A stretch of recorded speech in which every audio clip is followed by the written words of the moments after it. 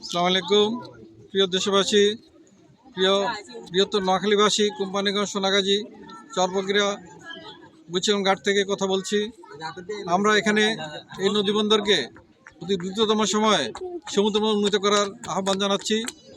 আগামী 12 ফেব্রুয়ারি নির্বাচনের পরে পরবর্তী সরকারের নিকট জোর দাবি জানাচ্ছি। এখানে সমুদ্র বন্দর হলে পরে এই নদীবন্দরকে এখানে যদি একটা কাস্টমস অফিস হয়, চিটাগাং জেলার custom office, NBR customs office হয়, একটা কোম্পানিগঞ্জ সোনাগাজী একটা সমুদ্র বন্দর ভবন হয়, তাহলে ঢাকার ব্যবসায়ীরা এই নদীবন্দর দিয়ে, এই সমুদ্র বন্দর দিয়ে মালামাল সারা বিশ্বে আমদানি রপ্তানি করতে পারবে এবং এখানে জাহাজ আউট হবে না।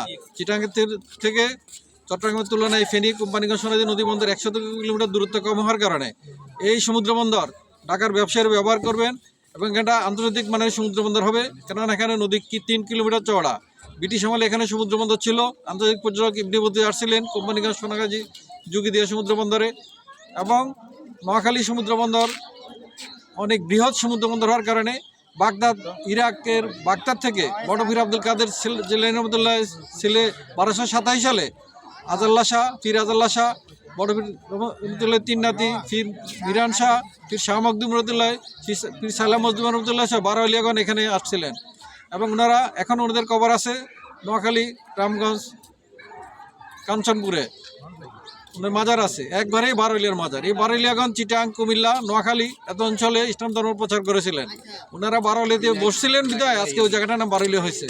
যদি চিটাং ক্রেডিট নেয়, এই জায়গাতে এই ক্রেডিট, এই ইয়েটা অবস্থানটা মূলত নোয়াখালীবাসীর। যে নোয়াখালী থেকে সারা বাংলাদেশে ইসলাম ধর্ম প্রচারে বা বিভিন্ন সারা দেশে মসজিদ মাদ্রাসা প্রতিষ্ঠায় অনেকে অবদান রাখছেন, অনেক আলেম ওলামাগণ।